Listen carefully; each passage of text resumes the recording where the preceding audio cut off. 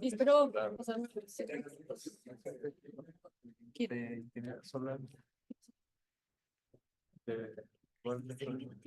clientes que les pedimos que nos dieran una clase. No sabía de qué tenía que ser, pero puedo estar listo para ver no sabía, no sabía.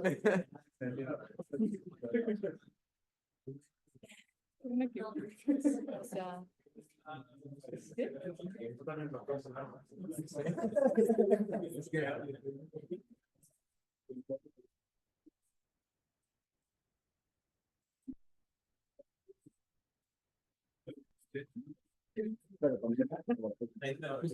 la única que ha venido fue la de Javi Nava. Nava le dijo, ¿tú qué opinas, güey? ¿Te acuerdas cuando eran los accidentes y empezaron a... Pero fuera de eso se queda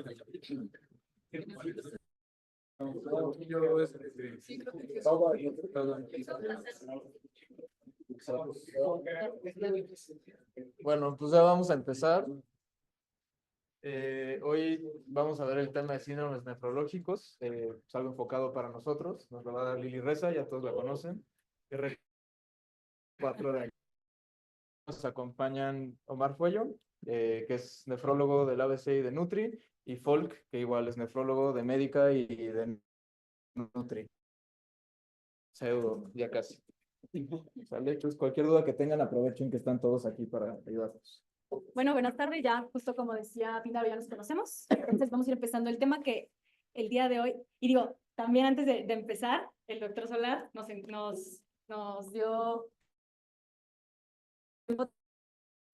Tenemos a 3 nefrólogos que nos pueden ayudar bastante en la plática, por igual algo que a mí se me atore, que me pregunten, y yo no sé. Entonces vamos comenzando. Ahora sí, el tema, como les digo, síndromes nefrológicos. Anterior y en esta, si se fijan, es como un icono de ubicación, porque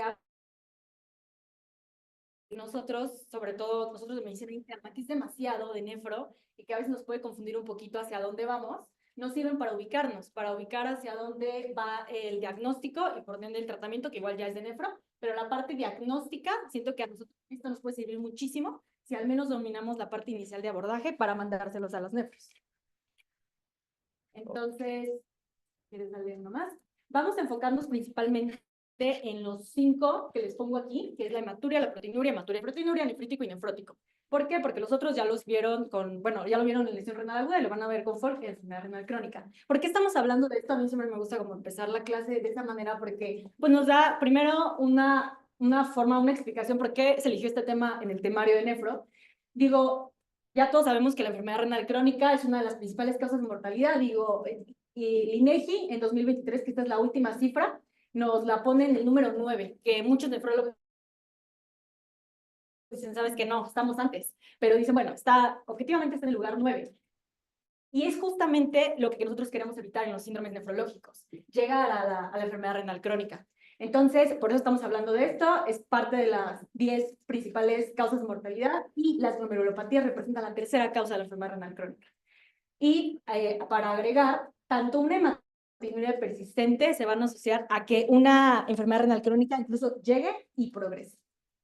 Entonces, quise agregar esta diapositiva de definición. La verdad es que inicialmente no la había, porque si quisiéramos dar una definición, pues serían básicamente un conjunto de síndromes clínicos que indican la presencia de enfermedades renales. Entonces, la verdad es que sí queda un poquito ahí como en el limbo. A mí no me dice mucho esta definición, pero es para que empezar con una definición y que ustedes empiecen a ubicarlos. No sé si alguno diga que son síndromes nefrológicos, yo pensé que eran glomerulares, pero la verdad es que el glomérulo no lo es todo. Es una visión que es una parte un poquito y es lo que quiero evitar ahorita y que se lleven otra idea. Entonces, ¿cuáles son los síndromes nefrológicos clásicos? Estamos hablando de hematuria, de proteinuria, de hematuria y proteinuria, porque es un síndrome, cuando están juntos también. Nefrótico, nefrítico, rápidamente progresiva, lo pongo aparte, pero que sepan que es parte del espectro del nefrítico.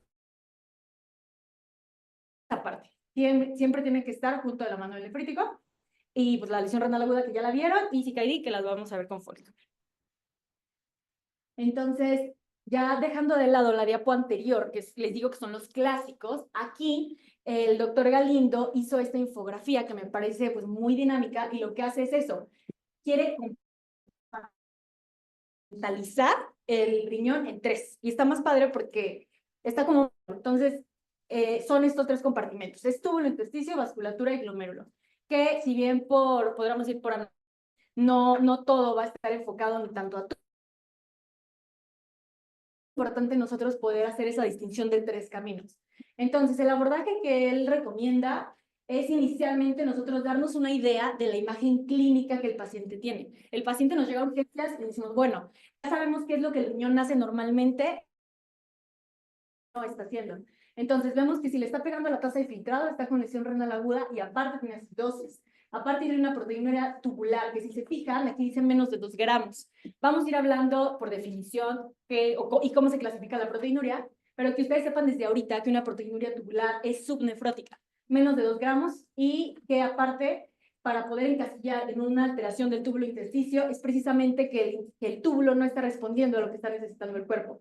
O sea, que estamos teniendo un FeNA mayor al 2%, que estamos teniendo osmolaridad urinaria menos de 300 y un creatinina menos de 10. O sea, el túbulo no está reteniendo nada, se está yendo todo literal.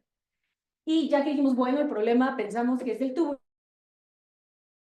que puede ser o es túbulo o es intersticio. Los túbulos pues están en el intersticio. Entonces vamos viendo lo que va directo a dañar al túbulo. Si se fijan, aquí lo divide como isquemia, sepsis, por ejemplo, pues ya, NTA, que sea una neumonía, cisplatino, que sea mioglobina, son insultos directos al túbulo. O que sea una obstrucción, por ejemplo, una piedra, o que sea una gamopatía muscular. Si hablamos del puro intersticial aguda, igual drogas, y sobre todo las enfermedades autoinmunes, Sjögren, lupus, afectar al túbulo intersticio. Entonces, ya pasando, me voy a saltar el glomérulo y voy a dejar la vasculatura al final. El glomérulo, pues ya sabemos, es lo que normalmente hemos escuchado nosotros como internistas, lo que siempre están preguntando, nefrítico y nefrótico. Él nos plantea, pone la parte de hematuria y proteinuria. Si se fijan, aquí no pone lesión renal aguda, lo pone acá abajo agregando con hematuria y con proteinuria.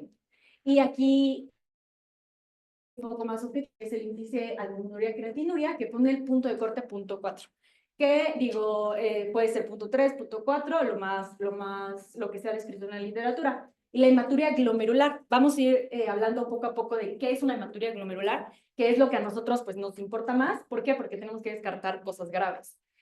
¿Y cuál es la definición? Que los eritrocitos sean dismórficos en un 40%, que haya 5% de los acantocitos y que al menos haya un cilindro de eritrocitario. Esos son criterios para una hematuria glomerular. Ahora, ya dijimos, ok, vamos como que nuestro paciente va por el camino del glomérulo, tenemos todos estos síndromes. Tenemos la proteinuria, tenemos los depósitos, tenemos hematuria, tenemos un nefrótico, y el nefrítico, vean cómo lo divide según el complemento. Es una manera de nosotros poder abordar un nefrítico, el complemento, porque baja, porque sube, bueno, porque se mantiene normal, perdón, sube, y ahorita les voy a comentar más adelante la parte de la clasificación. Y aquí abajito pone un nefrótico más AQI, más lesión renal aguda, que son ciertas circunstancias en las que podríamos nosotros encontrar en nefrótico una lesión renal aguda, que no es lo clásico, no es lo más común, por eso no viene acá arriba. Entonces, ya hablando de túbulo intersticio, ya hablamos de glomérulo, ahora nos vamos a la vasculatura. Hablamos tanto de microvasculatura como macro. Entonces, ¿cuál sería la imagen clínica o cómo vamos a ver al paciente si está afectada la vasculatura? Sí le va a pegar a la tasa de filtrado, va a haber hipertensión resistente y puede haber una MAT sistémica, que es una microangiopatía trombótica, la MAT. Entonces, la verdad es que esto es más raro que nosotros como internistas podemos ubicar, que puede ser esto pacientes embarazadas, puede ser con lupus, pacientes posttransplantados, pero que está afectada la vasculatura. Es otro compartimiento diferente y tenerlo claro. Me quise quedar más minutos en esta diapo porque es de las más importantes de la clase. ¿Alguien tiene duda? El chiste es dividirlo en 3. Clínica, podemos decir, ¿sabes qué? Tiene lesión renal aguda, seguro el túbulo está. ¿Quién le queda alguna duda? ¿Todo claro? ¿Ustedes quieren agarrar?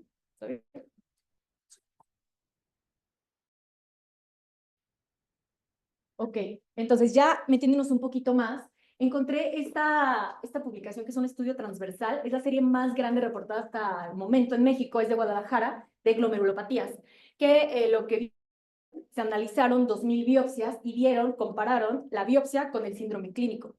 Entonces, aquí únicamente es como para comentar algo de epidemiología. Lo separaron igual por glomerulopatías primarias, secundarias, tuberculopatías. Y fueron poniendo, no, pues, que la edad, que el sexo y que la clínica como se presentaba. Más prevalentes en los hombres. Las secundarias fueron más prevalentes en las mujeres, sobre todo hablando de nefropatía lúpica, nefritis lúpica. La enfermedad tubulointersticial fue más común en hombres, vasculopatías fue más común en mujeres, también agarrándonos un poco de esta parte de MAD y de lupus. De esto igual lo voy a comentar más adelante en la parte del nefrótico, pero aprovechando que estas tablas son de la misma revisión, ponen qué es lo más frecuente que se encontró y lo ponen por edad. Entonces está padre porque, pues por edad vamos viendo que, por ejemplo, cambios mínimos desde el inicio está alta y luego empieza a bajar. Y a nosotros realmente la población que nos importa empieza. Y es glomerulosclerosis focal y segmentaria. Eso es algo que, pues, ya todos conocemos en cuanto a que no es la principal causa de síndrome nefrótico en adultos, glomerulosclerosis focal y segmentaria. Primaria. Ahora, de secundaria, aquí se la están llevando lúpica. La primera mitad se lo lleva lúpica, luego baja, y diabética al revés, justo. De la parte intersticial, lo más frecuente es que sea con una NTA. La intersticial ahí se mete un poquito ahí el pico, pero la que gana es NTA. Y de la nefroangioesclerosis, que si se fijan va teniendo algo de picos, la MAD se queda muy abajito. PIGA es vasculitis asociada a IgA.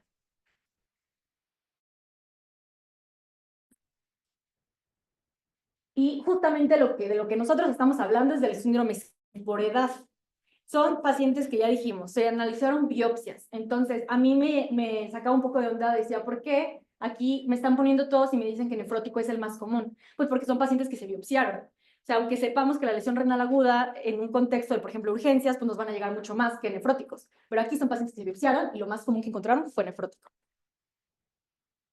Digo, yo solo quiero agregar, o sea, al final, o sea, todos estos síndromes está muy bien saberlos de manera individual, pero al final se pueden presentar en conjunto todos, ¿no? O sea, puedes tener un paciente que ya con un síndrome nefrótico y además lesión renal aguda, ¿no? Sí. Entonces, a veces un poco el error que cometemos es intentar que, o sea, que nuestro diagnóstico explique todo, y a veces también más bien tenemos que buscar que diferentes causas expliquen todo lo que le está pasando al paciente. O sea, Sí. no creer que todo es por la misma causa, ¿no? Entonces, como no cerrar la mente y decir que no hay problema, Sí, totalmente. sino que puedes tener varias cosas al mismo tiempo, ¿no? Sí, justo. Con compartimento, saber que ese compartimento está afectado, pero tal vez también el glomérulo y también tal vez la Puedes tener musculatura. la tuya almacén hipertensión por una jugada porque alguien le dio un ibuprofeno, ¿no? O sea, cirugía de acción. Y además, por ejemplo, la mayoría de las vasculitis se van a presentar como síndrome nefrítico, o cumplen definición de síndrome nefrítico. No son mutuamente excluyentes. Totalmente. Ok. Ahora, empezando con la parte del glomérulo, esta revisión es el doctor Mijail 9 y él incluyó esta tabla que me parece pues, muy didáctica justo y lo divide. Lo divide empezando en la hematuria glomerular macroscópica, o sea, la hematuria que el paciente va al baño y la ve, literal, así gruesa, que se llama macroscópica. Entonces, él nos pone ejemplos, que es en lo que tenemos que pensar primero, que sería una IgA, una enfermedad por membranas delgadas y síndrome de Alport. O sea, la de enfermedad de membranas delgadas literalmente es una hematuria familiar benigna en la que simplemente la membrana está muy delgada y se van muchos eritrocitos. Y pues la enfermedad de Alport ya sabemos que está montada la colágeno 4, que también es parte de un espectro de las dos. Pero es importante que tengamos en mente estas tres. Y la postinfecciosa, que también te puede causar hemorragia. Y la posinfecciosa también, exacto. Que igual tal vez no lo incluyo aquí porque sería como de edad más o sea, jóvenes, más jóvenes. Y en el siguiente rengloncito, si se fijan, son anormalidades urinarias asintomáticas. O sea, el paciente no se da cuenta que las está teniendo y sale en un ego por un hallazgo. Y luego ponen tres. Una hematuria micro, porque justo no se está dando cuenta el paciente, que vamos a ver que son 3 o más eritros en un campo de alto poder en el microscopio. Y si se fijan, las tres causas son las mismitas que las macro, perdón. Entonces queda que se queden en mente estas tres causas. Luego, proteinuria no nefrótica. O sea, una proteinuria desde 150 miligramos hasta 3.499 miligramos en un día. Eso es proteinuria subnefrótica. ¿Qué vamos a pensar? Pues también está IgA hasta arriba. O puede ser glomerulosclerosis también, focal y segmentaria, que se empieza a asomar. Pero es proteinuria no nefrótica. Ahora, proteinuria nefrótica, pero que no tenga síndrome nefrótico. sea, no tiene edema, no tiene hipoaluminemia, o sea, solamente tiene proteinuria nefrótica. Es una proteinuria mayor a 3 gramos en un día y aparte una albúmina más de 3.5, o sea, bien, sin edema. Aquí la principal causa que pone es una glomerulosclerosis focal y segmentaria secundaria. Vamos a ver que de las esclerosis focales y segmentarias, la principal causa pues es secundario, lo más común. Y aparte aquí pone la nefropatía diabética. Eso es de las normalidades urinarias asintomáticas, que el paciente ni cuenta se da y lo cachamos en un eco. Ahora, del síndrome nefrítico, ya entrando, lo clasifica en 3, leve, severo y extremo. En el leve, si se fijan, es el clásico que nosotros conocemos de que la hematuria, proteinuria subnefrótica, hipertensión y la función renal preservada, o sea, el tranquilo, donde también entra aquí ya glomerulosclerosis también, entra nefritis lúpica, otras causas. Si nos vamos a severo, les subrayo aquí la diferencia, que es que le está pegando a la función. Lo que estaban comentando la parte de las inmunocomplejos asociadas a infección. Y si nos vamos a un de progresiva, les pongo aquí literal un hueso. La definición la vamos a ir comentando más adelante, que va a disminuir la función renal el 50% en menos de 12 semanas. Podemos decir, como se está rompiendo la membrana, todo está saliendo del espacio urinario y pues va a caer la función rápido. Esto, rápidamente progresiva, sí está muy bien estudiado que hay 3 principales. Inmune, o sea que hay pocos anticuerpos, podríamos decirlo así, que está la vasculitis, es precisamente la pausa inmune, y mediada por inmunocomplejos. Ahí entraría, por ejemplo, lupus. Y el síndrome nefrótico, ya hablando, ahora sí tenemos una proteinuria nefrótica, pero tenemos una baja. Es literal la joya de la corona para un síndrome nefrótico, la hipoalbuminemia.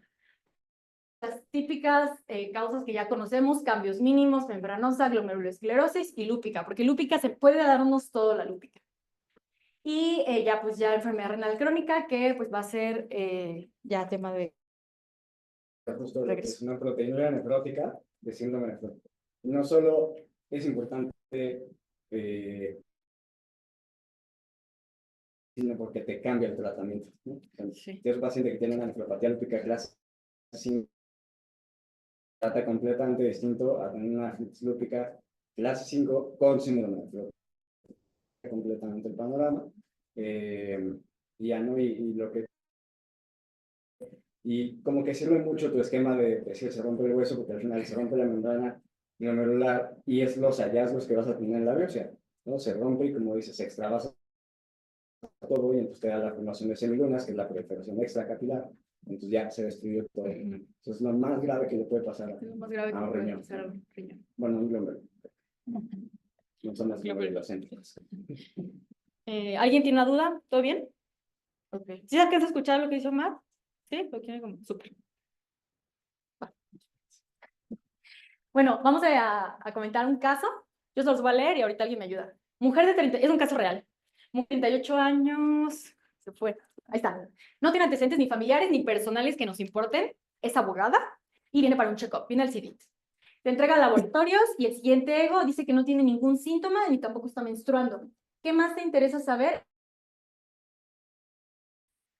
¿Alguien quiere participar?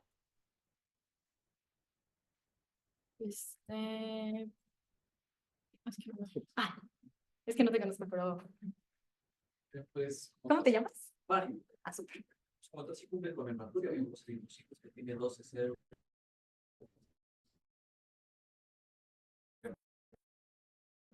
Esos son por microlitro.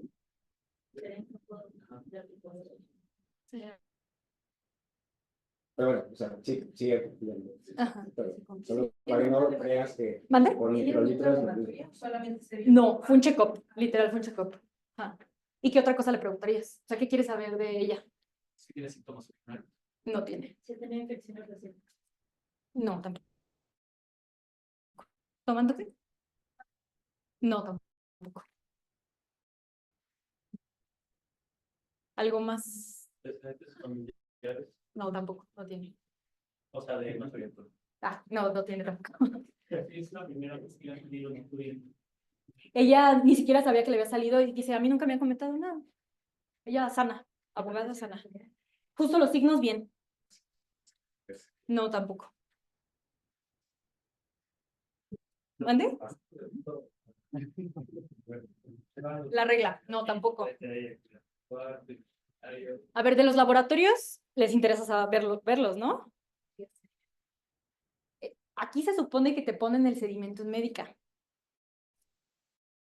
Al pendiente porque en teoría lo ideal es que tú lo vayas a ver. Hay estudios que comparan el sedimento con el ojo del nefrólogo y sí, ven que pues no sirve tanto y depende de la máquina, pues ponen específicamente, hay una máquina fulanita que es la que sí podría servir un poco más, que según yo no la tenemos aquí. Según yo no hay en México, o sea, las Ajá. características que te dan los laboratorios, o sea, las calculan de acuerdo al tamaño de la célula. Sí, o sea, no son exactas, No son ¿no? exactas, justo si son dismórficas, puede ser que vea que el tamaño es más chico y no lo cuenta como hematuria. Exacto, entonces cuando comparas el ojo clínico del nefro versus la máquina, por eso es mejor el ojo clínico. Todavía. Sí. Entonces, si pueden aquí, bájenlos a ver, digo, no sé si pues, se puede. Pero bájenlos con un nefro. No, sí se puede, pero la verdad es que nadie lo hacemos. Bueno, ¿alguien ha bajado a ver algún sedimento? La verdad, sí. Pero la verdad es que sí, o sea, sí, como que te pierdes dices, ay, no tengo 20 pacientes, que voy a estar viendo sedimentos, o sea, No digo mala onda porque en el R1 de nefro, o sea, te pasa que Le mandas te fotos mandas todo foto alrededor. tu R3 y te dice no, sí o no, entonces como que sí requiere cierto expertise. sí, no tenemos esa experiencia cero. Estoy viendo bien. Sí bajen para verlos, pero Sí. si pueden que nos acompañe algún nefro buena onda que quiere con usted. Sí, Sí, exacto, sería. justo ahora que las más de 50 segmentos con hematuria para Para- lograr diferenciar entre si es dismórfico, ¿no? Sí, o sea, la verdad sí necesita su experiencia. Pero digo, es lo que tenemos, dijimos, bueno, ok, 12. Ahora queremos ver la creatinina, ¿no? Ya dijimos que no está hipertensa y su creatinina es de 0.7. Dijimos, bueno. Y ella te dice, bueno, me preocupa que mi Rolino esté enfermo. ¿Qué sigue? ¿Qué le dirían? Pues sí,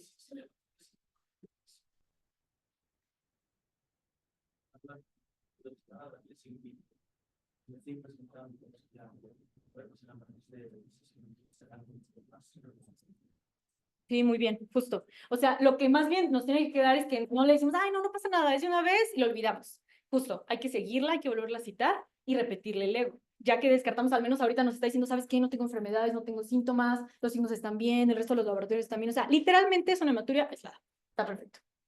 Vamos a hablar entonces de la hematuria. Entonces, ¿qué es hematuria? 3 o más eritros en un campo de alto poder, desde 40 o más. Les pongo aquí esta cifra porque me parece muy interesante que hasta un 18% de individuos sanos, o sea, uno de cada 5 que están sentados pueden tener hematuria aislada y son sanos, o sea, no significa que estén enfermos del glomérulo. ¿Por qué? Porque es un hallazgo. En México incluso no hay ley de tamizaje para nosotros, para glomerulopatía, porque ahorita no hay prueba de que se beneficie, pero, por ejemplo, en Japón sí hay, porque en Japón hay mucha nefropatía por IgA y ahí sí se benefician de tamizarlos con examen general de orina y las hematurias. Ahora, la hematuria microscópica persistente, justo, que sería en 2 o más estudios positivos separados por semanas o meses, nos da un riesgo mayor de enfermedad renal crónica terminal. Por eso nos importa a nosotros internistas que una hematuria no se apague. Bueno, aquí les pongo el tamaño del eritrocito y el tamaño del poro. Si se fijan, pues en teoría no cabe, pero lo que tiene la flexibilidad del eritrocito, justo ya sabemos su matriz, cómo se puede mover, y la flexibilidad también de la pura membrana que se mueve. O sea, sí podríamos por eso encontrar de repente una que otra que sean igual en pacientes sanos. Ahora, la hematuria se va a dividir en estas 4 etiologías grandes, que si dejamos esta de fuera, que prácticamente es de los urólogos, pues nos quedan estas 3. Entonces, la principal, pues es la glomerular, que volvemos a lo mismo. Nefropatía por IgA, membrana basal delgada y alta. Renal, pero que no sea del glomérulo, por ejemplo, una intersticial, una nefritis intersticial aguda, una pielo, quística o cáncer, que esto vamos a hablar más adelante del tema. Y nos vamos a vascular trombosis, ya sea arterial o venosa, pacientes que empiezan con dolor, hematuria, es algo que tenemos que sospechar. Ahora, hemoglobinuria no es lo mismo que hematuria. Esto nos lo va a decir la tira reactiva. Aquí tampoco hacemos, bueno, no hacemos seguimiento ni tampoco hacemos tira reactiva, la verdad. Pero, por ejemplo, en Nutri, en Chávez sí la hacen y está muy práctica porque tiene un valor muy importante predictivo negativo. Y vamos a hablar de también los falsos negativos y los falsos positivos. Si hablamos de una tira reactiva para hematuria, si se fijan, tiene una sensibilidad del 95 al 100%. O sea, la sensibilidad, ¿qué es lo que nos dice? La capacidad para detectar gente que. Exacto. Gente enferma. Entonces nos dan un 95-100. Ok, falsos negativos en vitamina C. A una paciente que consuma 2 gramos de vitamina C al día, puede ser que no nos salga la hematuria en un ego normal. Entonces es un falso negativo. Y un falso positivo, la paciente justo no le preguntamos, era otra cosa, que haya tenido relaciones sexuales. El semen puede ser un falso positivo para la hematuria. pH elevado, que esté muy alcalino, o mioglobinuria. Es algo que tenemos que tener en cuenta porque es algo muy rápido de hacer, muy fácil. Luego, ya confirmamos, ya tenemos que la tira negativa, a ver si sí efectivamente hay glóbulos rojos. Que con el microscopio de contraste de fases podemos verlo y tiene una sensibilidad del 88%. Ahora hay que ver la morfología de los glóbulos rojos. Ahorita les voy a poner unas imágenes para que se den una idea cuáles son normales y cuáles no. Si no son normales, se confirma la hematuria glomerular o si vemos algún cilindro eritrocitario. Y puede haber una nefritis en el paciente. Es cuando tenemos que voltear a ver la creatinina, tenemos que voltear a ver los signos para ver qué tan agresivos tenemos que ser con ese abordaje. Si no hay, si todo está así tranquilísimo con nuestra paciente, bueno, con nuestra paciente porque realmente no sabemos con ella si son isomórficos o dismórficos, podríamos seguirla. Podríamos seguir, como dice Esteban, semanas, lo recomiendo semanas o meses, pero yo en el algoritmo que les voy a poner al final, es en un mes, mes y medio repetirle el ego. Si hay nefritis o la hematuria es persistente, que ellos son los que le van a hacer el abordaje y van a seguirla, ideal que el nefrólogo se quedara con ellos. Justo de que, o sea, si sí son dismórficos, o sea, no son normales, casi confirmo que sea. El problema es al revés, cuando sí son normales y creemos que no hay un daño glomerular. Y si lo hay. Y si lo hay, o sea, entonces un poco el mensaje es ese, ¿no? O sea, tener una hematuria no dismórfica sí puede generar, o sea, sí O puede sea, que no ser nos relaje tanto, exacto, que no se relaje. pero que sea Sí se puede tener persistente. una hematuria Sí. no dismórfica, Ajá. que sea de origen glomerular. Si mientras sea persistente es un... bueno, aquí esta tabla realmente es para que sepan que, digo, ya sabemos que hay varias enfermedades que nos pueden dar un tinte diferente en la orina, pero si se fijan de aquí a la izquierda, al menos en la tira nos va a salir positiva, del lado derecho no, y pues es una imagen que puse de HPN. Ahora, les pongo hematuria es perder, porque la hemoglobina, digo, no solamente sangre, sino que esté fuera de los vasos. ¿Por qué? Porque es tóxica. Tóxica en cerebro, tóxica en pulmón, tóxica en riñón. Entonces, si se fijan, se ve reduciendo el grupo E y lo que causa es oxidación y apoptosis. Quedémonos con eso, que es malo, es tóxico para el riñón, que la hemoglobina esté fuera del vaso. Y les pongo este estudio, un estudio de corte retrospectivo. Se me hizo interesante porque digo, se hizo en coreanos justamente porque es una población que se beneficia mucho de estudios en esto, y fueron 232,000 pacientes sanos coreanos, y se les hizo un estudio para buscar hematuria y ver cómo progresaban estos pacientes. Y aquí se vio que la hematuria persistente, si se fijan, vean nada más el 8.3 del riesgo para que progrese la enfermedad renal crónica. Y si se fijan, es casi el doble a las mujeres, pero sigue siendo muy alto. Entonces, definitivamente no nos relaja tener hematuria persistente. Ya hablamos de que estos son los criterios, la vamos a ver, digo, los libros siempre la ven así como si fuera de Coca-Cola, si sea más oscura, los que los vamos a ver un ratito más en la foto. Que son los típicos de los de Mickey Mouse, ¿no? Los que tienen literal 2 orejitas. Estos son los acantos, la verdad es que se ven súper bonitos, pero vean también el aumento, que es algo que normalmente nosotros no los vemos así. Y regresándome en esta parte, quise poner este esquema para que a grandes rasgos sepamos diferenciar, al menos clínicamente, glomerular y no glomerular. Esto prácticamente es del urólogo. Rojo, rosa, que el jet no sea uniforme, o sea, que diga el paciente, ¿sabes qué? Es que al inicio como que sí sale sangre, pero al final ya es clarita. Que tenga coágulos, que no haya cilindros, que no haya proteinuria o que sean neumórficos. Nos podríamos ir más a ese lado no glomerular, que es lo que decía Omar, que tampoco nos relaje tanto que sea homórfica, pero si estamos viendo todos estos factores unidos, bueno, o sea, muy seguramente es de las vías urinarias, es de uro. Y si nos vamos a esta parte que es glomerular, ya lo dijimos, es un color más oscuro, es un jet uniforme, no tiene coágulos, suele haber cilindros y se acompaña con proteinuria. Cuando, acuérdense, hematuria y proteinuria juntos casi siempre va a venir de glomérulo. Y pues la dismorfia. Estas 3 causas que ya se las puse como 80 veces es para que de verdad no lo olviden. Sí, la proteína es glomerular. Sí, la proteinuria es glomerular. Sí, sí. Aquí estos campos que les estoy poniendo, se me hizo muy bonito este cilindro eritrocitario, que igual está a mayor, como se dice, a mayor definición de normalmente como lo vemos, y trae tinción, o sea, la verdad está precioso, pero es para un artículo. Pero así se ven los cilindros eritrocitarios, los acantos, Si se fijan, cómo son así, te estoy tapando, no se los está tapando, ¿verdad? Cómo se ven así como los botoncitos. Y estos son cilindros que la verdad son mixtos y, o sea, vean la definición. O sea, obviamente es algo que nosotros no tenemos aquí, pero pues nada más se los pongo porque se ve muy padre cómo se ve el leuco y cómo se ve el eritro. Que si se fijan, los eritros normales se ven como burbujitas. O sea, literal se ven súper redondos, se ven normales. Y estos son los dismórficos. Vean, se ven literal todos hechos así aplastadísimos. Ahora, encontré este artículo donde quieren hacer también la distinción, porque digo, como que es para el coco de la hematuria, ¿es glomerular o no? O sea, es como para nosotros poder dicotomizar hacia dónde vamos, a dónde ir. Entonces, en este estudio que fue japonés, fue prospectivo, ya fue desde 2008, se analizaron más de 500 muestras de orina y eran pacientes que ya teníamos también un diagnóstico, ya sea por biopsia o por TAC. O sea, no sé, si el paciente tenía un tumor, decían, pues no es glomerular. Si el paciente ya en la biopsia tenía, no sé, lupus, decían, pues es glomerular. Entonces lo iban dividiendo y lo que encontraron en el análisis fue que la relación albuminuria-proteinuria, o sea, las dos, con un punto de corte de 0.5, vean la sensibilidad y especificidad que nos da para glomerular. O sea, es muy alta. Si se fijan, también compararon RAC y PC, que vamos a hablar de estas más adelante, y del sedimento con contraste de fase al microscopio. Vean, igual ninguna le llega a el índice albuminuria-proteinuria. Ahora, regresando acá, ¿cuáles son las microscópica?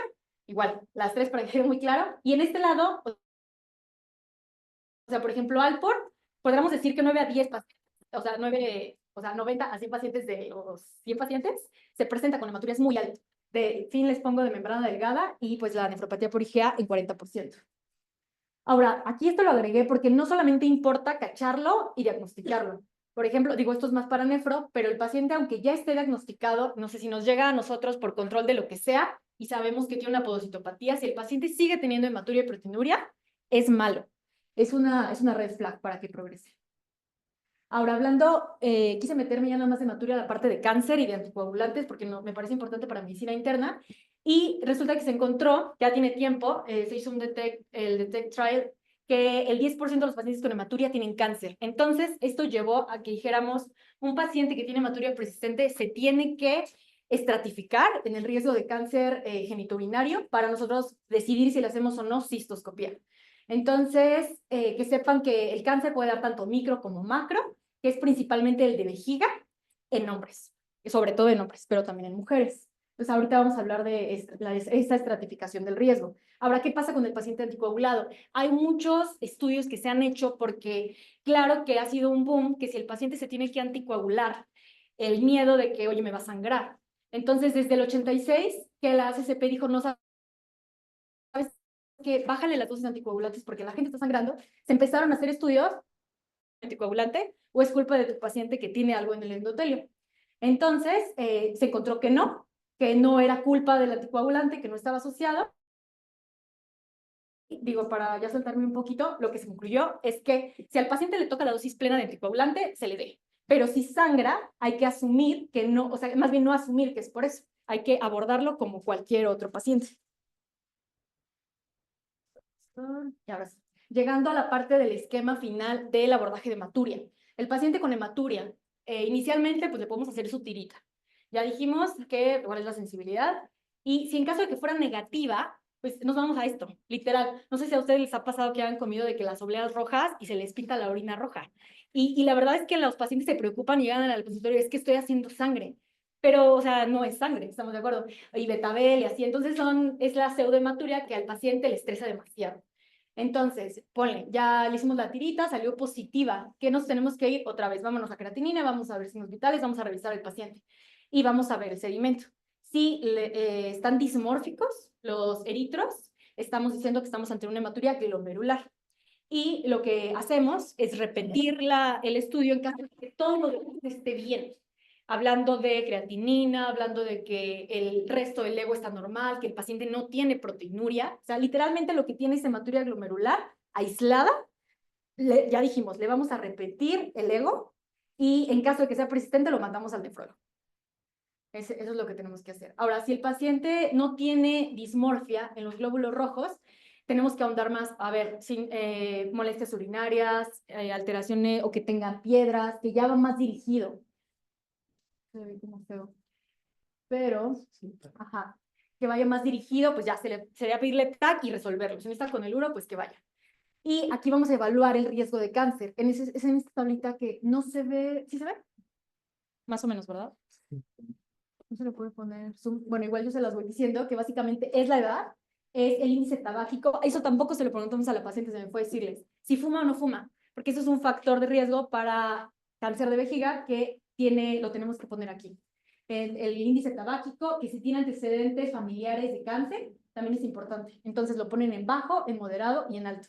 Es básicamente por edad. Nuestra paciente quedaría aquí, tenía 38 años. Entonces realmente con ella, como dijimos, repetirle el eco y ver si es persistente. Ahora, aquí en el diagrama, si es de bajo riesgo, como dijimos, repetírselo en 4 a 6 semanas. Si resolvió, pues ya la hicimos y lo podemos volver a checar en 1 año, 2 años, no hay prisa. Y si es de moderado o alto riesgo, ya hay que mandarlo a uro porque hay que hacerle una cistoscopía o un estudio de imagen. Y ahí dependiendo, pues que se aborde por parte del uro. Este lo agregué porque me pareció interesante. Es una revisión de los radiólogos que justo ellos dijeron, ¿sabes qué? Me estás pidiendo muchas imágenes que tal vez no te van a servir tanto a ti. Entonces, mejor, si tienes muchas microhematuриas y no tienen factores de riesgo, hazle un TAC sin contraste. Ahora, si tienes con factores de riesgo, sí ponle contraste, si tienes macro, sí ponle contraste. Pero si es una micro y no tienes factores de riesgo para cáncer, pues no desgastes a nadie, ni con costos, ni al paciente, ni lo expongas al contraste, o sea, no por la lesión renal, o sea, en general, y pues hazla sin contraste. Me pareció interesante. Este diagrama propone urología, de hecho es de uro y es de hematuria. Lo agregué nada más porque ellos desde riesgo bajo, que se fijan también lo ponen como nosotros dividido, ponen que desde un inicio le pueden hacer la cistoscopía. No nos sorprende nada. Y vamos a pasar a otro caso clínico. Entonces es un hombre de 30 años, no tiene antecedentes de importancia, es deportista de alto rendimiento, acude porque se hizo un ego y quiere saber si hay... Se hizo el ego porque tiene un hermano que es enfermo renal crónico, pero no conoce más detalles, no sabe nada, solo que es enfermo renal crónico y que se dializa. No tiene ningún síntoma, sus signos son normales, la exploración es normal. Y este es el ego. ¿Alguien que quiera participar? ¿Qué opinan? ¿Qué les llama la atención?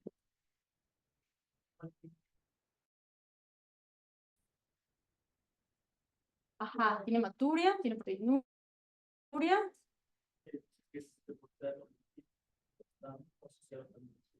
Ok.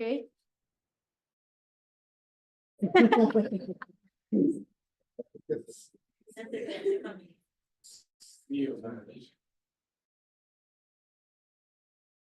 aún así, aunque sea deportista alto rendimiento, siempre ese cilindro universitario. Exacto, y vean, tiene 20. Tiene 20. Es un distractor lo del alto rendimiento. Sí, o sea, no nos deja tranquilo definitivamente que tenga hematuria y proteinuria, que sea japonesito, obviamente. Y digo, la cantidad de eritros son 20 por alto poder, o sea, son demasiados eritros. Y el cilindro, o sea, es glomerular, ¿no? Desorienta un poco que pudiera ser que tuviera también algo de daño tubular, ¿no? O sea, es Sí. tenúrico, Sí, eso también. urinario igual a la osmolaridad sérica, y tiene un pH urinario de 7, no está acidificando la orina, Sí. entonces eso quiere decir que no está reabsorbiendo adecuadamente el carbonato. Entonces esto puede ser como algo secundario a un daño. Como que dices, el túbulo no está haciendo su chamba, o sea, no está acidificando ni concentrando, totalmente. Entonces, ¿qué le dicen? ¿Ya ver, nefros? Sí, no. Sí, hay que mandarlo a nefro. También o sea, no se puede medir luego, o sea, sí tenemos que... Exacto. Sí, lo ideal justo sería, si te llega como interna, ¿sabes qué? Te vamos a hacer, ya que lo...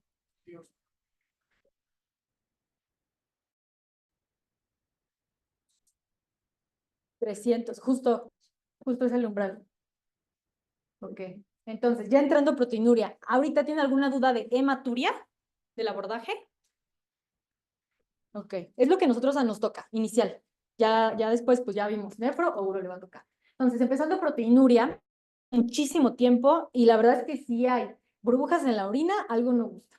Es lo que se conoce. Entonces, proteinuria, ¿qué es? Más la definición. Ahora, ¿qué proteinurias puede haber en la orina? De manera, podríamos decir, entre comillas, esperada, mientras no pasen el rango permitido. Si son las bases de los cilindros. Está la albúmina, que ya vimos de menos de 20 miligramos al día, tiene que estar a fuerzas para que sea, podríamos decir, normal. Proteína urinaria retinol, alfa-1, beta-2. Son otras que podemos encontrar. Ahorita me voy a detener en esto. ¿Y por qué importa? Porque ya dijimos que progresa la enfermedad renal crónica y la gente con proteinuria se muere más. Ahora, tipos de proteinuria según la fisiopatología. Lo dividen en 4. Según el Johnson. La primera es por overflow. O sea, hay demasiada proteinuria que el riñón dice, no, pues ya tengo que tirar algo, es demasiado lo que estoy teniendo. Entonces aquí entra mieloma, aquí entran las enfermedades como leucemia, que hay demasiado, por ejemplo, inmunoglobulinas, que estamos nosotros cachándole en la orina porque hay demasiado en la sangre. Glomerular, en esta es la que nos vamos nosotros a enfocar un poco. Y la persistente, que les pongo la bandera roja otra vez porque es lo que no nos gusta, que sea persistente. Y vamos a hablar de estas más adelante. Tubular, hay causas genéticas o causas mediadas por ejemplo, medicamentos por metalizados, la enfermedad de Dent, que también pues, es genética, pero me interesa que ustedes se queden con que una proteinuria tubular es menor a 2 gramos al día. Y la postrenal, la verdad a mí no me quedaba muy claro, pero va enfocado a que es de muy pequeña cantidad, o sea, menos de 1 gramo y asociado ahí. Pues, ¿por qué? Porque las inmunoglobulinas también son proteínas. Entonces, ahora la clasificación por cantidad. Esto nos importa mucho porque nos va a ir, como dice, y nos va a dar una idea de qué enfermedad es la que estamos enfrente. Entonces, una proteinuria subnefrótica, ya dijimos, desde 150, que es lo permitido máximo al día, hasta 3.499 es subnefrótica, o un IPC menor a 3 gramos por gramo. Ahorita vamos a hablar sobre el IPC. ¿Qué puede ser? Pues cambios mínimos, glomerulosclerosis o membranosa. Una nefrótica, que no necesariamente consiste en un nefrótico, simplemente una proteinuria nefrótica, igual, cambios mínimos, jefes o membranos. Una masiva, no encontré como tal ya masiva, pero más o menos, damos más o menos en adelante. Puede ser ya, de hecho, o sea, hay enfermedades que están muy relacionadas con que sea una proteinuria masiva, que sería mieloma, membranosa, amiloidosis o jefes. Entonces, la cantidad también nos da una idea de la etiología. La colapsante. Ok, ahora de lo que estaban hablando ahorita. ¿Cómo vamos a evaluar la proteinuria? Hay maneras semi-cuantitativas o cuantitativas. La semi, estamos hablando de la tira reactiva, y justo como su nombre lo dice, realmente como que no termina ahí de convencernos en el diagnóstico y va a requerir una cuantitativa para confirmar. Que es la mismita de la hematuria, va a ser una reacción, ahora sí decirlo, con azul de tetrabromofenol, y va a ser una reacción que nos va a pintar, nos va a cambiar el color. Es barata y es rápida, por eso nos gusta, y incluso lo podemos hacer en el consultorio, pero solo va a detectar albúmina a menos que le pongamos este ácido. ¿Y por qué? Porque la albúmina tiene más grupos amino que todas las demás. Sigue siendo semicuantitativo, y como en la hematuria también tenemos falsos positivos y falsos negativos. Si el paciente recibió contraste por un ataque, si está muy alcalina su orina, si está consumiendo fenazo o nitrofuranto, pueden ser falsos positivos. Igual falso negativo, que esté muy diluida, o que sea proteinuria no albúmina, justo si usamos la normalita, que es la que nosotros usamos. Y vean aquí, les pongo las sensibilidades de todas. En la tira reactiva, pongo más grande el valor. Más nos va a importar aquí la capacidad que tiene de poder rolautear a los pacientes. Si a nosotros nos llega al consultorio, le hacemos la tirita y nos sale negativa, pues ya la hicimos. Que ponle que si te sale positivo, pues ya la viste porque tienes que abordarlo muchísimo. Pero si te sale negativo, pues ya la hiciste, es como un dímero D, háganlo cuenta. Entonces, siguiendo con el IPC y el RAC, que son los que vamos a estar mencionando, es el creatinuria y el índice albuminuria creatinuria. Si se fijan, es lo mismito en cuanto a que uno es todas las proteínas y otro solo una. IPC se ha estudiado mucho ambos, correlacionarlo con una proteinuria de 24 horas. ¿Por qué? Porque es el gold estándar, por eso los pongo aquí en amarillito. Ahorita vamos a hablar que la recolección es una lata, entonces se busca de poderla imitar con una muestra nada más. Estas son muestras aisladas. Entonces, si hay variaciones, tanto del IPC como del RAC, peso y sexo. Eso, pues digo, son bemoles que tiene, pero son bastante, ahorita vamos a hablar de la sensibilidad que tiene sobre todo el rack para detectar albuminuria, específicamente. Ay, perdón.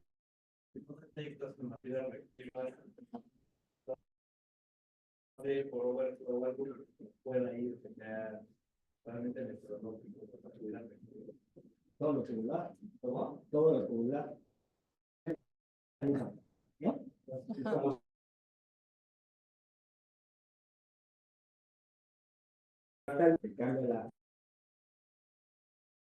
Entonces, todo lo demás que no se ilumina, no lo puedes ver en el dedo. Entonces necesitas forzosamente buscarlo en una de las vías. Todo lo que no sea ilumina, se te puede ir si no lo buscas. O sea, con la tira es albúmina, a menos que le pongas el otro acidito, que uses o ahorita unas que les voy a contar, que están más fancy.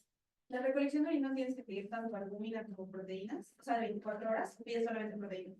No, si es, bueno, puedes pedir las dos, ¿no? Pide las dos. Pide las Ajá. dos. De hecho, empezando aquí con la recolección, bueno, no sé, ¿tiene otra duda? ¿No? ¿Todo bien? Ok. Justo de la recolección, que es el gold estándar, ¿por qué no se la pedimos a todos? Porque es muy tediosa y casi nadie lo hace bien. Justo en esta revisión 51, o bueno, menos, el 49% era exacto, o sea, la mayoría no lo hacían bien. Entonces, ese es el gold estándar bien colectado. ¿Cómo sabemos? Midiendo la creatinuria. Es 15 a 20 más o menos por kilo, tiene que estar en un día para saber si está bien colectado o no esa persona. Entonces se buscaron opciones desde el 97, una forma que nos ayude a que sea tan bueno como el gold estándar.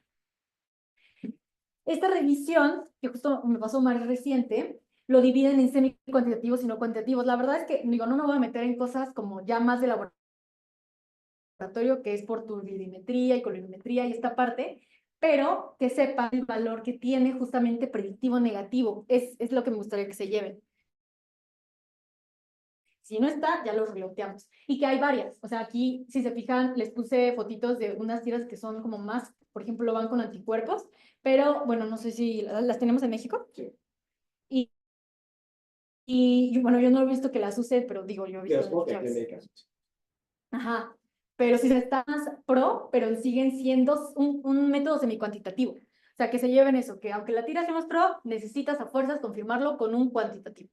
En lo cuantitativo, ahí entra el IPC, entra el RAC, entra la recolección, que son caras, pero son mejores. Pues. Entonces, ¿cuál vamos a pedir? ¿El RAC o el IPC? Si es que podemos elegir, ¿no? Entonces, lo que nos dice esta revisión justo es que metodológicamente es más difícil medir o estandarizar la proteína total versus a nada más la albuminuria urinaria en una muestra. Entonces, podríamos decir que eso es una ventaja.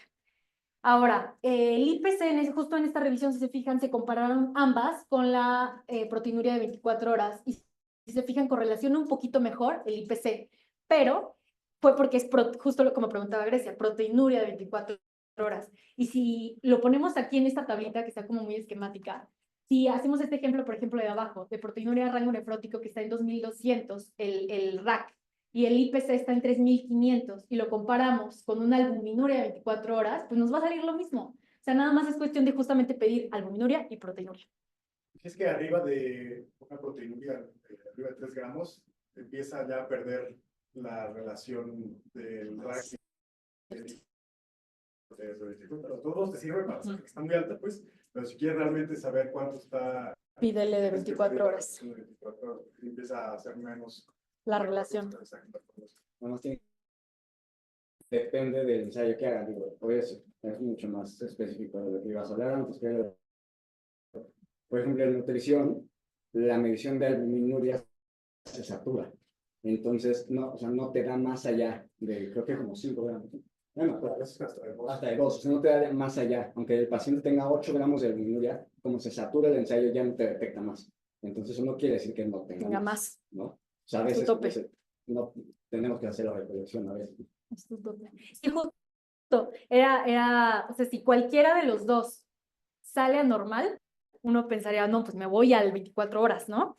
Digo, a veces es lo que tenemos, RACO IPC, y es más fácil, sobre todo para relotear. De no me salió, perfecto.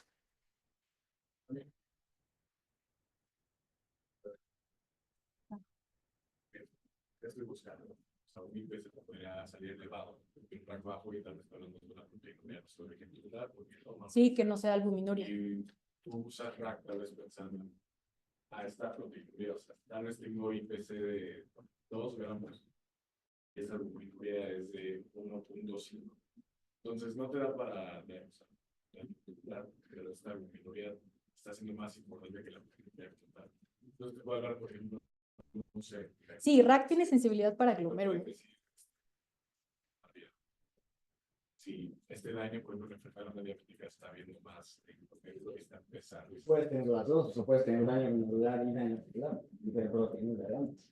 Sí, sí. Pero si sale el rack como más pegado al IPC, que está hablando de que está más dañado, O sea, sí te ayuda a sintetizar, por ejemplo, si el IPC está muy alto, o si la recolección de proteínas del cuerpo está alta, y casi el principal componente no es albúmina, sí te ayuda a pensar que probablemente tu proteína no es de origen glomerular, y si lo usamos en el abordaje de pensar que tal vez es un mieloma, o una quieras que está dando muy flow, o esa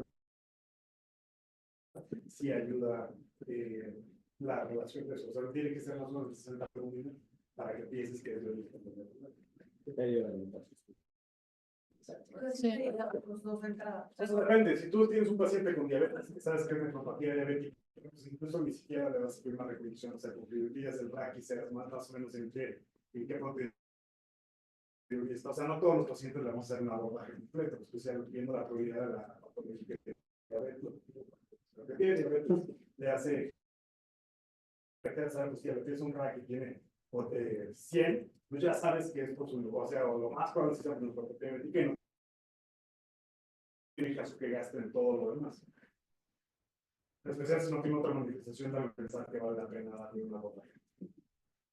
Sí, ya te cambió y te subió a 10 gramos de proteína. Dices, trae otra cosa. Ya se lo busca. Ajá. Ok. ¿Alguien tiene alguna otra duda? ¿No? Va.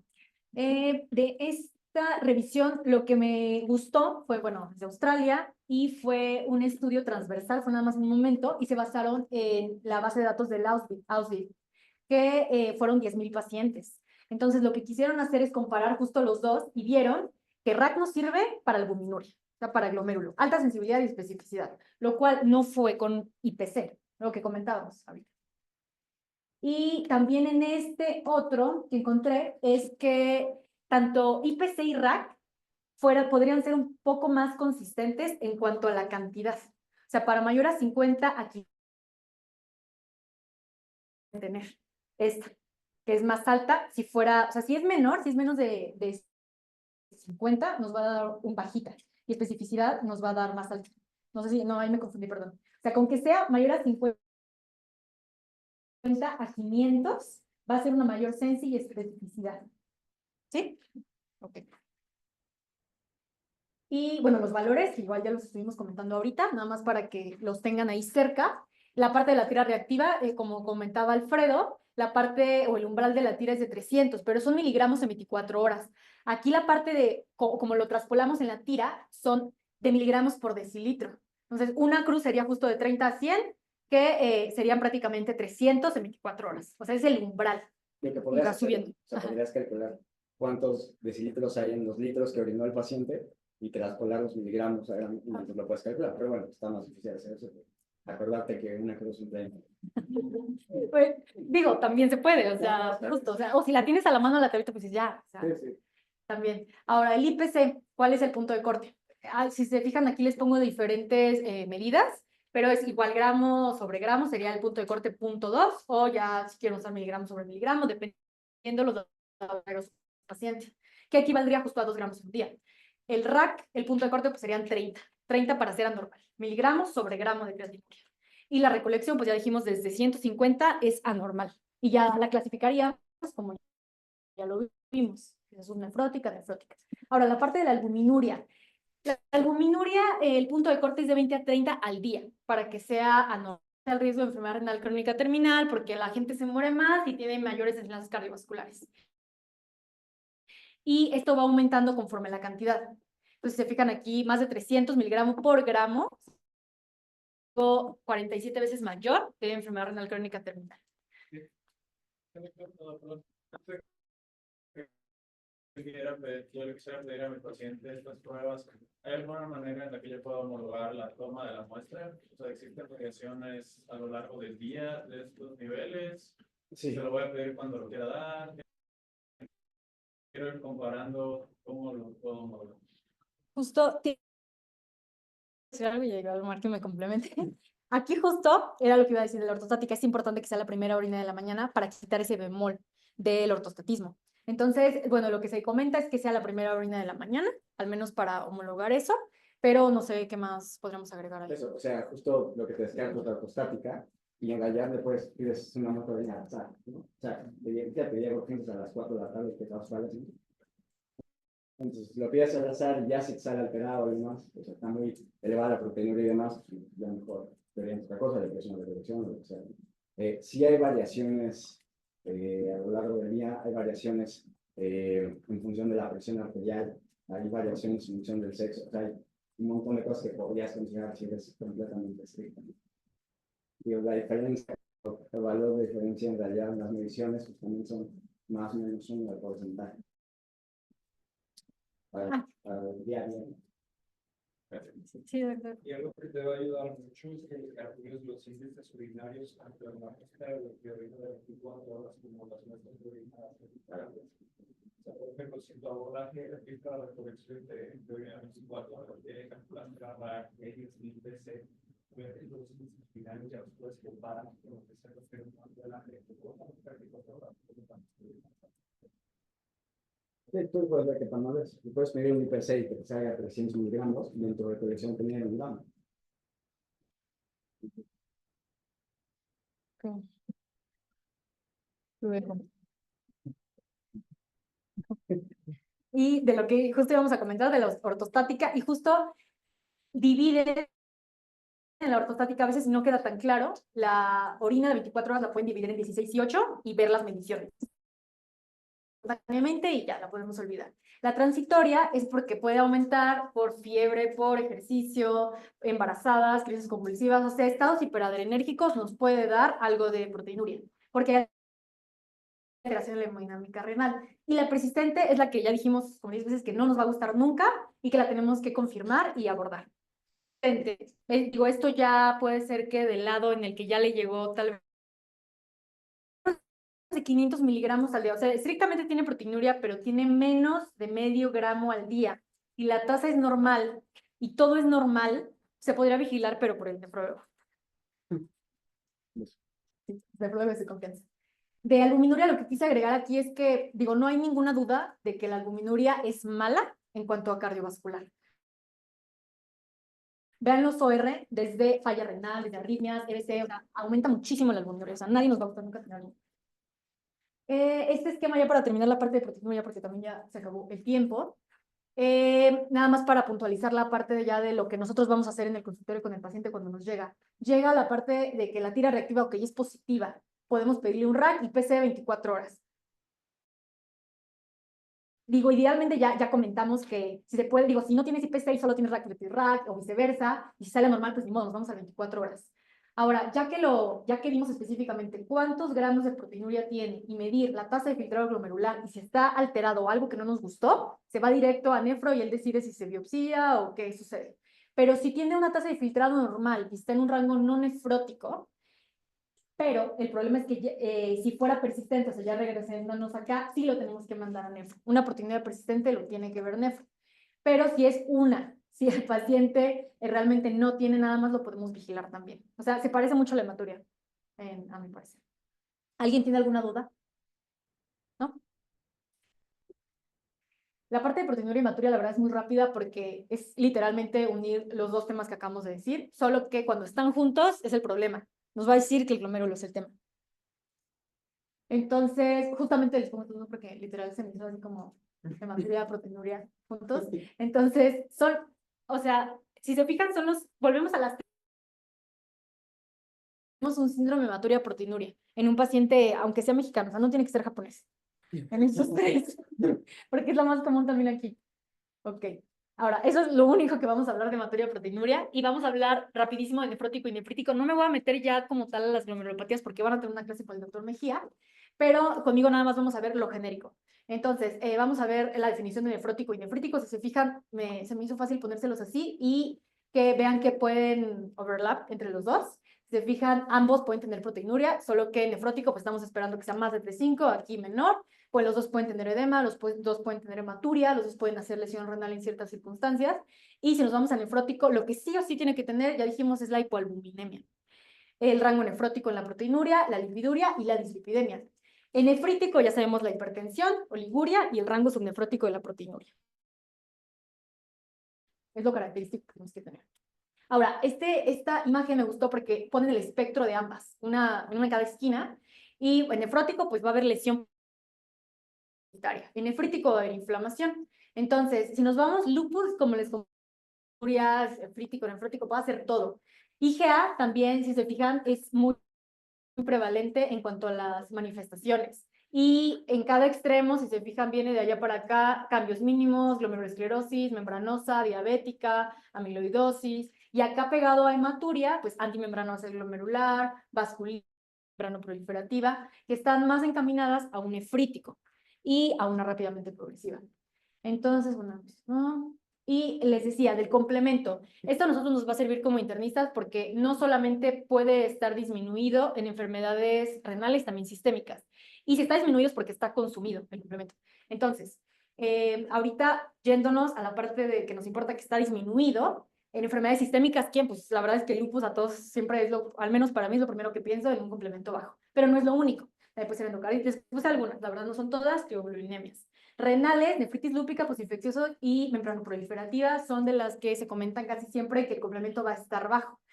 Pero vamos a ver, por ejemplo, en el siguiente cuadrito, que es justo de la revisión del doctor Mejía, que la mayoría de las más frecuentes tienen un complemento normal y las más raras son las que tienen complemento bajo y predomina si es C3 o C4, que la verdad no me voy a meter ahorita a una por una, pero que, digo, con que tengan la tablita o que ubiquen que las más frecuentes tienen complemento normal y las más raras, por ejemplo, no sé, es de posición 3 a C4, aquí también entra lúpica. Ok. De la vía de complemento que se entiende. Sí, justo, de la vía, sí, esto no lo dije, lo puse aquí, pero no lo dije. Cuando C3 está consumido es cualquiera de las tres que está activada, C4 consumido, vía clásica nada más. Ahora entrando rapidísimo a nefrítico. Si nosotros estamos ya integrando un síndrome nefrítico, ¿qué debemos ¿en qué debo de pensar aparte de referir al nefrólogo? Si es una mujer, tenemos que pensar en lupus. Lo primerito. Las demás, las que les pongo aquí, son, o sea, secundaria, terciaria, en los lugares. Que si se fijan, y ahorita también lo vamos a ver por edades, las que prevalecen al principio son esas tres. Es lúpica, es nefropatía por IgA y es ANCA. Casi siempre nefrítico. Y si se fijan, ANCA se va pegando más a las edades conforme va pasando el tiempo.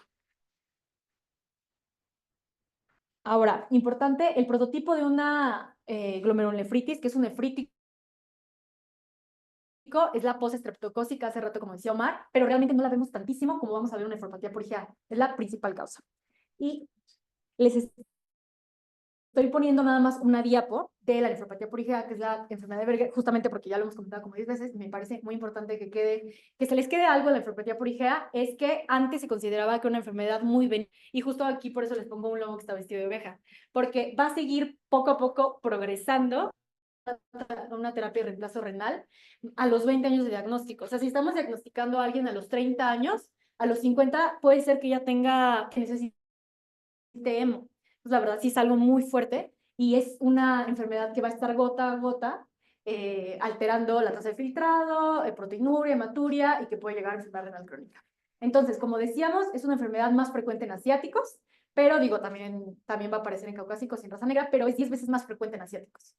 Es esporádica, como les comentaba, hace una tercera década. 1 de cada 3 va a requerir la terapia a los 20 años. El 40% se presenta como hematuria sintomática. La recurrencia, vean, post-trasplante del 55 años. Y digo, aparte de que el nefrólogo le va a hacer sus cambios en el estilo de vida y de que deje de fumar y estas cosas, eran con IgA y vieron que sí servía, que sí mejoraba la pérdida que se tiene en la tasa de filtrado glomerular. Esta de igual la agregué rápidamente progresiva. Es el espectro, como ya comentamos, más. ¿Y qué pasa? Se rompe la membrana, llega todo el espacio, hablando de proteínas, de leucocitos. No nos gusta que eso esté ahí porque va a inflamar y va a fibrosar y pues va a llegar a enfermedad renal crónica. Entonces ya hablábamos de la definición, que es la pérdida del 50% en menos de 3 meses, y es una proliferación extracapilar. No les puse como tal una foto, ya no tu vida, pero si lo ponemos aquí en esta semiluna, aquí estaría el glomérulo normal y aquí estaría toda esta parte fibrosada y de los leucocitos. Entonces, cuando tenemos una rápidamente progresiva, tenemos que pensar en esos 3 grupos de pacientes. Y la cuenta es la que ya habíamos dicho, la pausa inmune, que son las vasculitis en un 60%. Luego por inmunocomplejos y antimembrana basal, que es el Goodpasture. Ok, ¿a quién vamos a biopsiar en un nefrítico? Igual esto no va a ser tanto nuestra decisión porque va a llegar el nefrólogo y el nefrólogo va a ser el que lo va a biopsiar, pero que ustedes sepan lo que ya estuvimos repitiendo, que son episodios recurrentes de hematuria, se tienen que biopsiar. Una hipoclomentemia persistente, ¿por qué? Porque luego se ha asociado de que si la hipocomplementemia después de una posinfecciosa no se quitó, puede ser que traiga algo más ahí, entonces no nos... Que siga progresando con la tasa de filtrado, que estemos ante una rápidamente progresiva, lupus y sedimento activo, que tenga ANCAS o antimembrana basal. Esto se biopsia. ¿Y qué podemos vigilar? Pues una hematuria glomerular aislada, que no sea tan importante, o que sea una posinfecciosa con mejoría. Que haya nefrótico es un síndrome que es patognomónico de la enfermedad glomerular. Es una, y bueno, ya, rápidamente aquí comentando la parte de la membrana, que ya sabemos que tiene filtro de tamaño y de carga. Si se fijan, el filtro de tamaño es de 60 kilodaltones. ¿Alguien se fijó cuánto pesa la albúmina? No. No. No está tan lejos. No, 65, 69. Ajá, 65, 69, lo que está cerca. Entonces ya llevándome. Esto digo, nada más lo puse así como de un dato tal vez innecesario, saber que 500 por glomérulo hay podocitos y que en total tenemos 1.000 millones, tenemos 1 billón en total, nada más ahí lo agregué. Y ya para acabar, en las principales causas de un nefrótico, que igual lo van a ver con el doctor Mejía, nada más para no repetirlo, si tenemos 100 pacientes que tienen nefrótico, el 40 van a ser por Jeffis, el 30 por membranosa, el 20 por cambios mínimos, y a eso se la dividen entre las que siguen, que es membrana proliferativa. Y... ¿Puede haber proteinuria en órgano nefrótico sin síndrome nefrótico? Sí, ¿no? Ya lo dijimos. ¿Puede haber aquí? También. Ahora, les pongo aquí las causas por edad, que ya sabemos que igual en gente más joven, cambios mínimos es la que va a predominar siempre. En esta población, que es la que más vemos, vamos a tener Jeffis y membranosa en gente más grande, y cambios mínimos vuelve a tener otro pico en los adultos mayores. Aquí les pongo Siempre se compara a cáncer. a cáncer, a linfoma, etc. Los mínimos primarios de los 80. Sí. Por primes y todo eso es secundario. Focal y secundario. O sea, linfosomatos, algo que... Y ya si eres como un purista, ya se está como perdiendo esta clasificación y son más podocitopatías en el adulto, pero bueno. Clasificación de acuerdo a los antígenos que encuentras, pero bueno, eso es tema de atención. Entonces, causas de lesión renal aguda nefrótico, digo, aquí se las pongo en el cuadrito, ya les digo que sí pueden pasar, puede ser prrenal, puede ser por fármacos, digo, puede ser por varias causas, y aquí lo que quise resaltar es el tromboembolismo, importante para medicina interna, 1 de cada 4 pueden tener. Esa. Infección. Infección, 1 de cada 5, un 20%. Y ya digo, pues puse imágenes aquí, que son las uñas de Morque. Acuérdense que estas no son solo de síndrome nefrótico, es hipoalbuminemia. O sea, puede ser un hepatopata, por ejemplo. La trombosis en teoría solo se tiene hipoalbuminemia por debajo de 2.8. Sí, sí. Está muy discutido ese valor porque salió de unos artículos ahí. Medio raros. Exacto, pero y no toda la población tenía membranosa, ¿no? O sea, había población con focales pantalla, por ejemplo, canal lo que sea. Entonces, incluso hay una calculadora que te predice el riesgo de trombosis en membranosa por membranosa. Pero no que, o sea, hay riesgos porque disminuyen, o sea, antitromina 3 y demás, seco, ¿no? Por eso, en teoría, ¿no? No te vas a cerrar Sí, sigue un poquito, pero dices que está como... Pero es controversial. Pero sí, o sea, en realidad sí lo hacen. Justo pasando, bueno, no. En este nada más lo puse que pone la mortalidad, es un estudio danés en el que si se fijan, o sea, no es nada despreciable la mortalidad que tiene un nefrótico. Nada más. Luego puse una diapositiva. Lo importante es que sepan que la principal es secundaria y que es más frecuente en hombres y que tiene mayor riesgo la raza negra. Es importante. Y estas son las causas secundarias, que son las que nosotros se nos tienen que aprender también como internistas, que pueden ser infecciones, autoinmune, cáncer, genética, fármacos y maladaptativa, que es súper importante por la parte de la obesidad. Esta es la clasificación, digo, ya no la voy a decir también por el tiempo, pero que sepan que cada una de las diferentes clasificaciones, cada una se relaciona con la clínica también. Hay unas, por ejemplo, más agresivas, que es la colapsante. La más común, pues, es la clásica, que es la inespecífica, y esto también habla de pronóstico y la progresión enfermedad crónica. Fíjense que esto es focal segmentario es un patrón histológico, no es una enfermedad, no es que sea primaria, ¿no? Pero distinto. Algo que van a ver en la biopsia y que puede ser por 1000 razones diferentes. Es como un todo o nada. O sea, te dan la glomerulosclerosis y dices, no, pues, ¿qué tiene? O sea, pueden ser 1.000.000 de cosas. Entonces, ese lo agregué nomás rapidísimo porque es muy o que está produciendo una glomerulosclerosis que no es primaria. Entonces, en este artículo me gustó que en la tablita difieren las dos. O sea, si es primaria o si es asociada a la obesidad. Y si se fijan, o sea, si es primaria va a ser personas que van a empezar desde chiquitos con el problema, bueno, jóvenes, podríamos decir, que les va a llegar un síndrome nefrótico bravo, completo, puro, y en una con obesidad, pues puede ser gente mayor, fuente ya de unos 35 para arriba, y que tenga tal vez una proteinuria subnefrótica nada más, o sea, que sea como más tranquila. O sea, los fenotipos, diferenciarlos, y que nos den una idea a nosotros como clínicos, yo creo que él tiene una, también de la primaria es la hipoalbuminemia. Si tiene hipoalbuminemia, si estamos sospechando en glomerulosclerosis focal, seguramente va a ser primaria. Y bueno, estoy ya muy salto. Membranosa solo agregué también esta diapo rapidísima y justo lo que decía Omar de la parte de la albúmina que está asociado a menos 2.8 y me gustaría resaltar que el 80% de las membranosas se van a presentar como nefrótico, eso es muy importante. Y la relación que tiene con el cáncer. Si se fijan, bueno, aparte de que es la glomerulopatía más asociada al cáncer, nos da un RR de 2.2, la prevalencia es del 10% del cáncer en membranosa, es pulmón, luego estómago, riñón, próstata, colon y mama.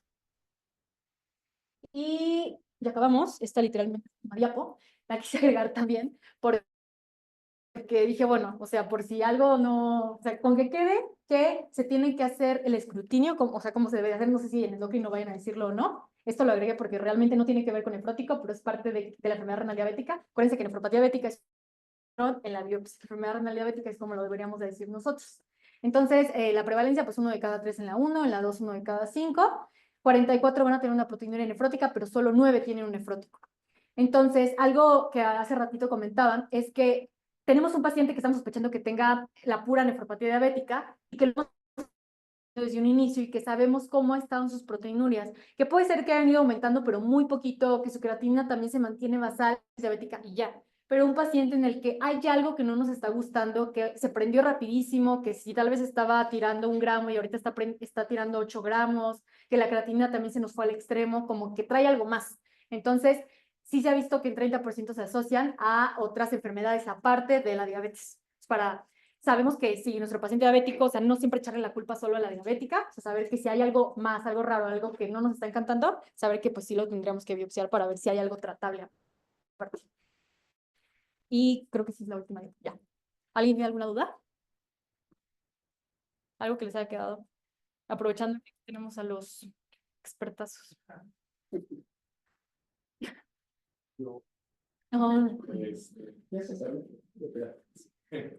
Con esto de dar la proteinuria, es vigilar la proteinuria a partir de cuándo.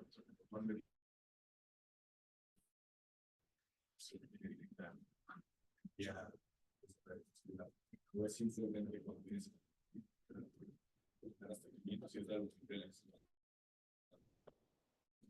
Es que un poco depende de por lo cual creas que es la proteinuria. Si es un paciente diabético, es un nefrótico bajo de 500, lo vas a dar vigilancia. De hecho, las guías Cario te dicen cada cuánto tienes que vigilar la proteinuria dependiendo del estadio. Y en todo lo demás, pues depende, ¿no? O sea, si tienes 400 de albuminuria, tienes 2 años así igual, lo vigilas o no cada 6 meses. Pero si esos 400 miligramos te subió a 2 gramos al siguiente, Pero no tratas de que están claro, o sea, de hecho, si tú lees todos los artículos de... Hay uno muy bonito de cada serie, es que se lo paso al libro. Si tú evalúas la proteinuria desde grados tan bajitos como 15 miligramos o 10 miligramos y le das tratamiento antiproteinúrico, o sea, para disminuir la presión intraventricular, mejora a largo plazo la solubilidad en todos los casos. Entonces, ese es el objetivo de dar IECAS, o sea, los inhibidores del eje de aldosterona, antagonistas de corticoides, y SGLT2, y ahora los que todo el mundo tiene para acá. Entonces, con diabetes, tienen albuminuria y proteinuria de cualquier rango, a todos se benefician de no solo vigilarlos, sino darles tratamiento. Si ya te cambia el patrón, incrementa la proteinuria, sea sinotrópica, algo está pasando, que no solamente se beneficia del tratamiento antiproteinúrico, sino que quizás va a necesitar tratamiento inmunosupresor, O sea, que hay que biopsiar. que hay que biopsiar y ver qué tiene. ¿Alguien más tiene alguna duda? Las formas de lípidos son expresos de algún líquido en especial. O ¿De tú qué? de algún líquido en especial. O sea, de si colesterol, o triglicéridos, o LDL, o lo que sea. No. O sea, al final es por producción hepática. Entonces, pues, depende un poco de... Pero claramente se considera más que es de LDL, De no LDL, tanto de exacto. triglicéridos. Porque la especial es muy específica. Una elevación en la población latina de triglicéridos, tú no puedes, en especial si no tienes un control previo, es difícil la atribución realmente a es más relevante la atribución del LDL ¿Qué es lo que te da de cardiovascular? ¿No? y del colesterol total que de los triglicéridos. ¿Algo más? ¿No? Pues muchas gracias por su tiempo. Yo creo que Es que me pregunto. hay mucho, o sea, igual es algo que no va a representar, ¿no? Pero ya Aguanten, Paul va a decir algo. el último consenso de Cádigo, o sea, ya no se recomienda utilizar el término membranas delgadas, o sea, ya no debe existir eso. Se considera más bien que es una como parte del Alpor, que tal vez la mayoría cuando se hace un análisis genético extenso tienen Alpor, y incluso los que no se considera que más bien no se encontró esa mutación. Y no es benigno, tienen más riesgo de progresar enfermedad renal crónica. Las mujeres con un Alpor con penetración completa, ¿no? Entonces ya es algo que sí dice, seguramente tú leíste, por eso no arreglo, pues. Solamente ya no se debe utilizar y sí que aumenta el riesgo de padecer enfermedad renal crónica. Es parte de la vida más alejada, o sea, el Alpor con penetrancia completa ligado al X en hombres, pues la mayoría son jóvenes o adolescentes, ¿no? Pero se ha visto que esos de membranas delgadas sí tienen 25% de probabilidad de tener enfermedad renal crónica a los 60 años. Pues sí, no es igual de grave que el Alpor, pero sí no es benigno. Ok. Todo afecta. Sí. Ah, sí. Bueno. Muchas gracias. Hasta ahorita me cayó el Iba a dar la de él. Sí, Mejía le iba a dar. Y Mejía, yo lo mencionando como 10 veces. Me quedé pensando y vi Mejía Vilesa.